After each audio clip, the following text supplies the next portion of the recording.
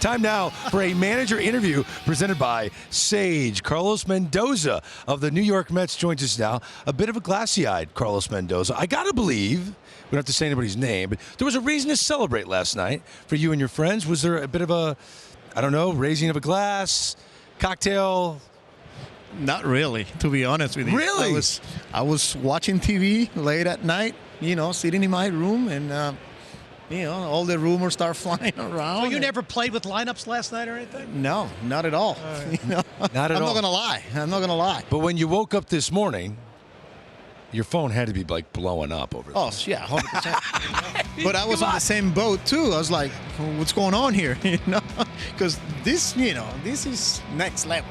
This is way above my pay grade. So I was like, kind of like on the same boat you guys. I was watching. We did a lineup for you, by the way.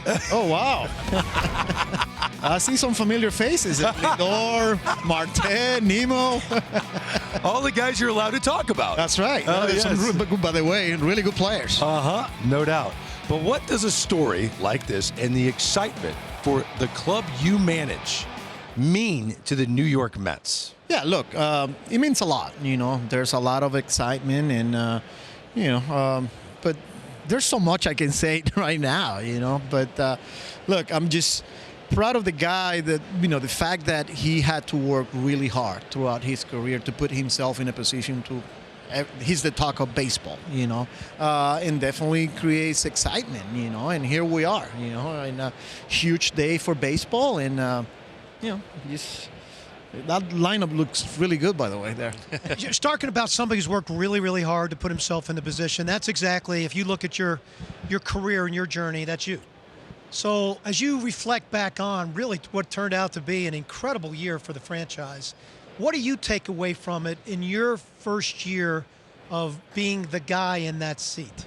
Yeah, look, he was amazing. He was.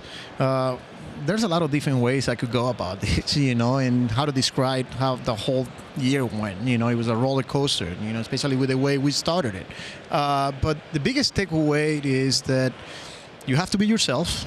You have to trust not only the process but the people that work with you, and the relationship with the players.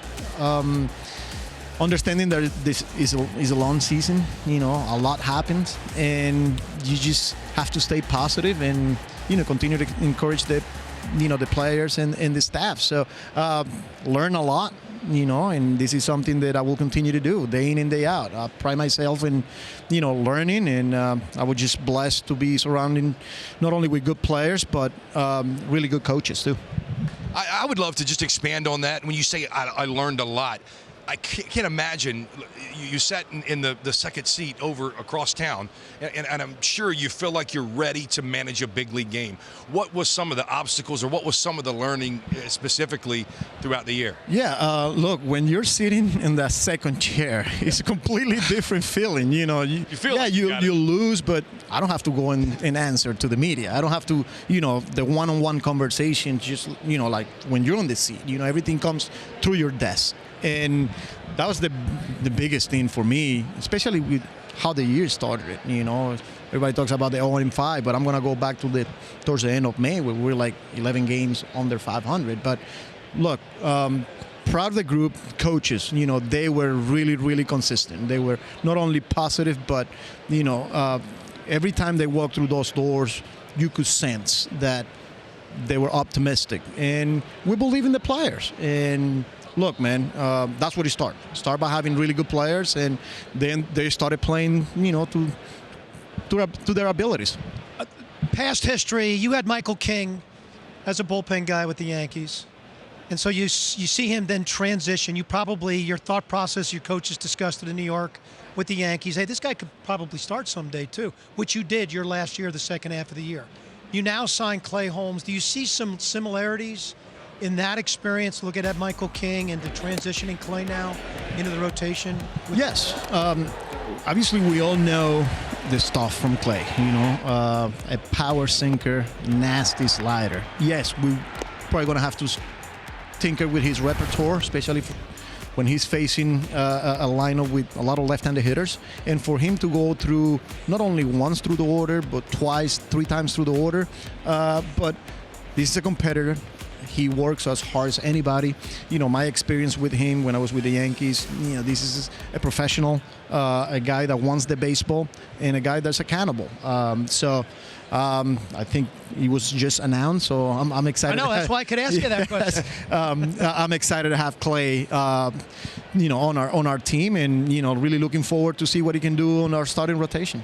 Well, and to keep on that, Frankie Montas, also a guy you're familiar with and had over in New York. I know it didn't go great, but the familiarity there, adding him to the rotation means. Excited for Frankie. Like you said, I had him with the Yankees, but he dealt with some injuries, right? And then he missed the whole 2023.